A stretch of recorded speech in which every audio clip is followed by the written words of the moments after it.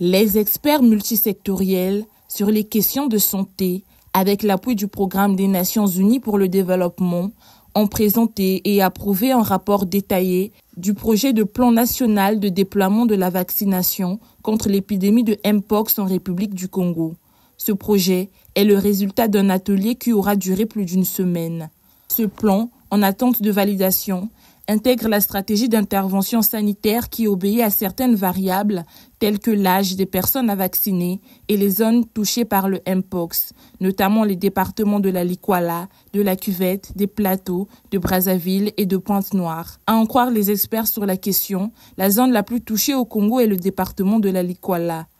Il était de bon aloi que nous puissions nous retrouver pour évidemment élaborer ce support qui nous permettrait déjà d'avoir les outils bien préparés une fois que le scénario sur le terrain nous demanderait d'agir pour aller protéger l'état de santé de la population, à l'effet de lui donner plus de l'immunité collective, ce serait une arme qui serait déjà à notre portée. Quand on parle de la vaccination, il y a 3 étapes. Il y a l'étape avant la vaccination, il y a l'étape pendant la vaccination et il y a l'étape après la vaccination. Donc nous avons passé en revue toutes ces étapes-là et au final, nous avons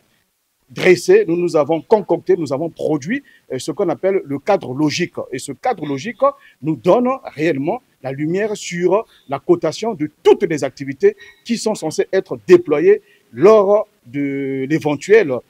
mise en œuvre de la stratégie de la vaccination dans notre pays. D'après ces experts, le vaccin, une fois la problématique approuvée, est administré sur la base d'un schéma à 2 doses, la première étant injectée sur un intervalle de 28 jours avant la seconde.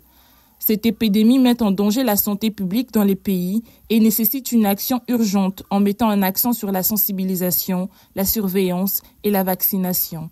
Et on voit que les résultats sont là, donc ils sont des résultats palpables et importants qui vont permettre au pays de pouvoir, au moment opportun, déployer la vaccination. Il est très important, en fait, cette activité est très importante parce qu'on le sait, la réussite des programmes de vaccination dépend vraiment de la planification et des stratégies qui ont été mises en place pour préparer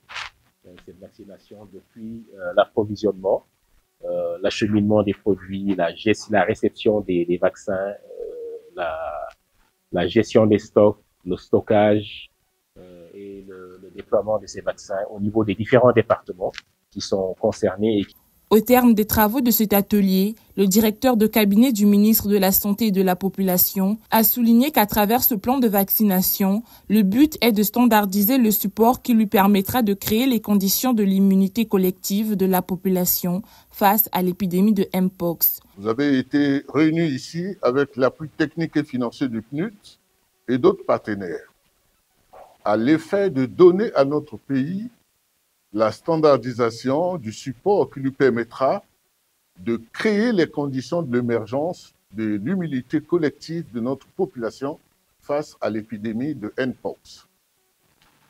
Le ministère de la Santé et de la Population saisit cette occasion pour renouveler ses remerciements à l'endroit du PNUD et d'autres partenaires techniques et financiers